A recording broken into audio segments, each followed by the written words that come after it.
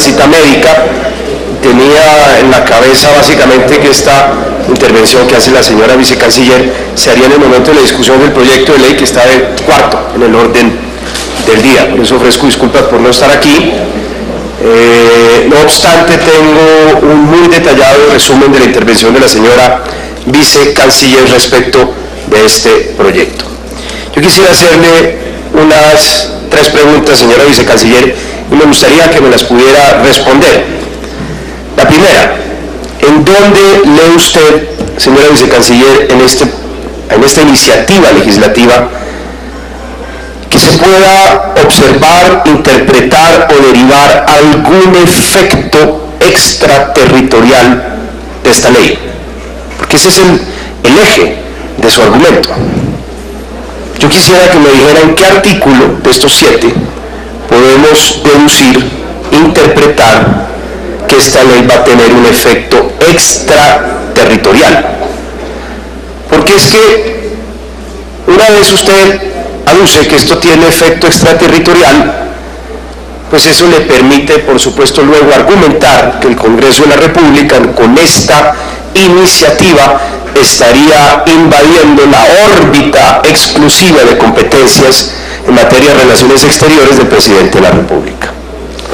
La extraterritorialidad de la ley, pues son herramientas que usan las grandes potencias para extender un gran garrote y proyectar su ley penal, por ejemplo, contra ciudadanos de otros países. Este no es el propósito de esta ley. Yo no estoy proyectando ni la ley penal, ni medidas administrativas internas al interior del territorio venezolano ni de ningún otro país.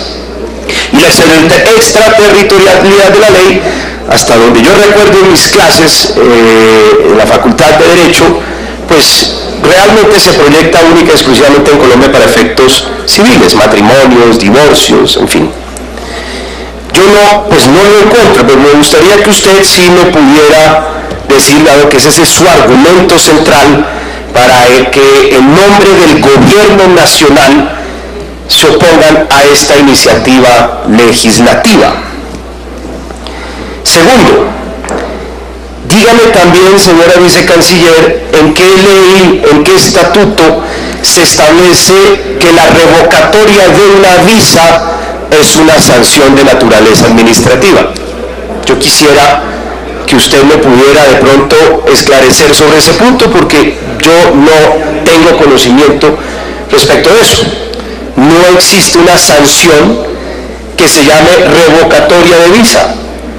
Por consiguiente, no hay un procedimiento administrativo, no hay un debido proceso, y por consiguiente, la revocatoria de una visa, si no hay un procedimiento administrativo sancionatorio, pues termina siendo, como en cualquier país del mundo, una medida estrictamente discrecional y por consiguiente una medida política por parte de cualquier gobierno. No cabe entonces alegar, como usted lo hace, respetada señora viceministra, que en virtud de la presunción de inocencia, que no creo que le quepa a la cúpula de la dictadura de Nicolás Maduro, hay que por consiguiente respetarles la visa a ellos, a sus socios y a sus calanchines lavadores de activos en este país.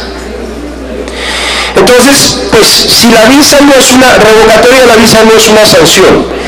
Si ninguno de estos artículos de esta ley, que son 7 incluyendo la vigencia, proyecta efectos más allá de nuestra frontera, ¿cómo puede alegar el gobierno nacional que una ley cuyo único propósito es combatir el lavado de activos en territorio colombiano, grave delito, tiene efectos extraterritoriales y por consiguiente vulnera la órbita exclusiva de competencias de las relaciones exteriores del presidente de la República?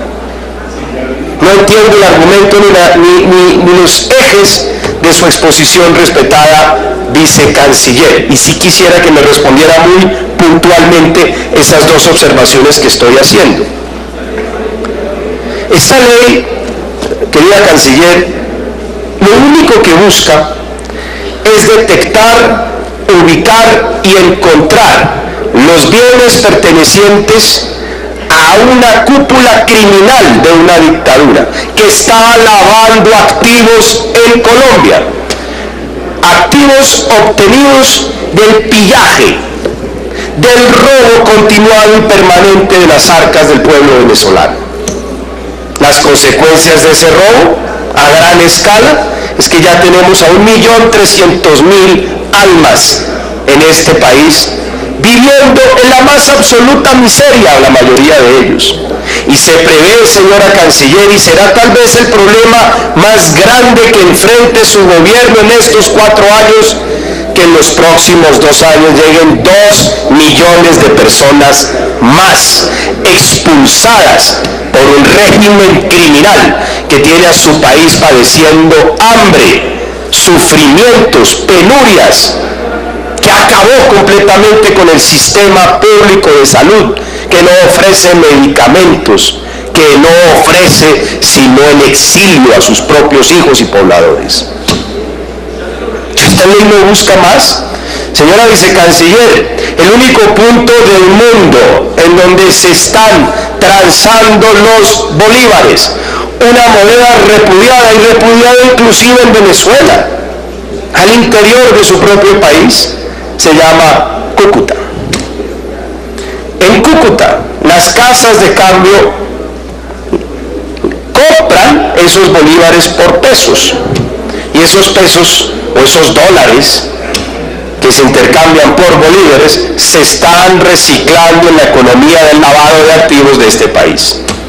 Compañías dicen que están comprando taxis, finca raíz en Medellín, en Barranquilla, aquí en Bogotá. Eso es mucho lo que se especula. Y es apenas obvio. Países que no tienen la misma interpretación suya, señora vicecanciller, respecto de la elaboración de listas y de medidas sancionatorias de esta naturaleza como la que pretendemos establecer aquí, como la Unión Europea, los Estados Unidos, han hecho y han elaborado estas listas. No entienden que estas listas sean producto de la diplomacia multilateral, son decisiones unilaterales por parte de estos países. El Consejo de la Unión Europea, que es el órgano político por excelencia de la Unión Económica Europea, estableció una lista severa, clara y con nombres propios. Y las sanciones tienen que ver con la proscripción absoluta de esas personas en esa lista del sistema financiero europeo. Lo mismo han hecho en Estados Unidos.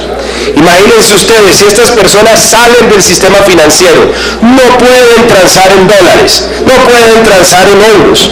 ¿En dónde están ubicando o lavando esos dineros obtenidos todos los días por la expoliación de esa pobre nación llamada Venezuela? Aquí, en Colombia, en Panamá, en Ecuador, en Perú. El Grupo de Lima, que es una loable iniciativa de 13 cancilleres, de 13 países, se reúne permanentemente. Se reúnen en Bogotá, se reúnen en México, en Quito, y emiten muy interesantes declaraciones, todas llenas y cargadas de los mejores propósitos, y lanzan y hacen advertencias, declaraciones de intención respecto de la restauración de la democracia en Venezuela, pero no han materializado nada, absolutamente nada, para aislar efectivamente a esta dictadura. Estas personas están montadas en un tigre, esa cúpula de Nicolás Maduro, y no se pueden bajar de ese tigre porque ese tigre se los puede comer. El único consuelo que les queda en este momento, tras haber devastado a su país y haberse ganado el más absoluto repudio de su población, son las fortunas mal habidas. Y créame, señora vicecanciller, que Colombia no puede servir aquí de receptor de la tragedia humanitaria de Venezuela y a su vez de receptor de las peores fortunas mal habidas, con la miseria y la pobreza de este país antes próspero. Si de verdad el gobierno nacional, y usted viene aquí como vocera del gobierno nacional, tiene un propósito de aislar a la dictadura de Nicolás Maduro, tiene que comprometerse con esta iniciativa legislativa.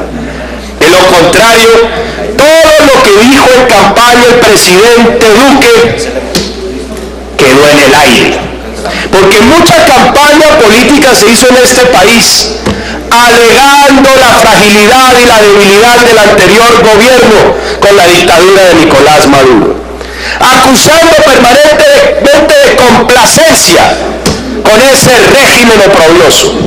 Y hoy que tenemos la oportunidad de poner contra las cuerdas lo que más le duele a ese régimen de bandidos, que es su fortuna mala vida y que se está lavando en Colombia, el mismo gobierno nacional viene aquí a oponerse a esta iniciativa.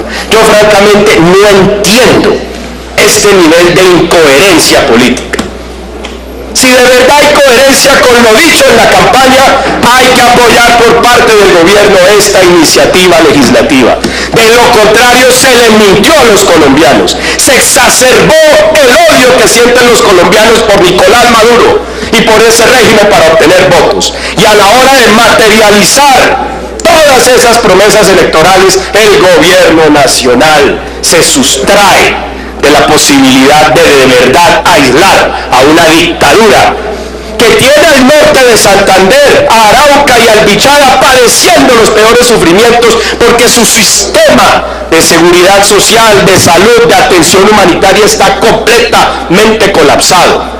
Y el país que más va a sufrir por el absoluto colapso de ese régimen, por la expulsión masiva de ciudadanos, será Colombia. Un país que a su vez recibe la extrema miseria de Venezuela, cuyos indicadores sociales se van a desplomar porque van a llegar 3 millones de personas y al mismo tiempo les permite de manera civilina y cobarde a esa caterva de delincuentes que está gobernando ese país, que lava impunemente los recursos en este país.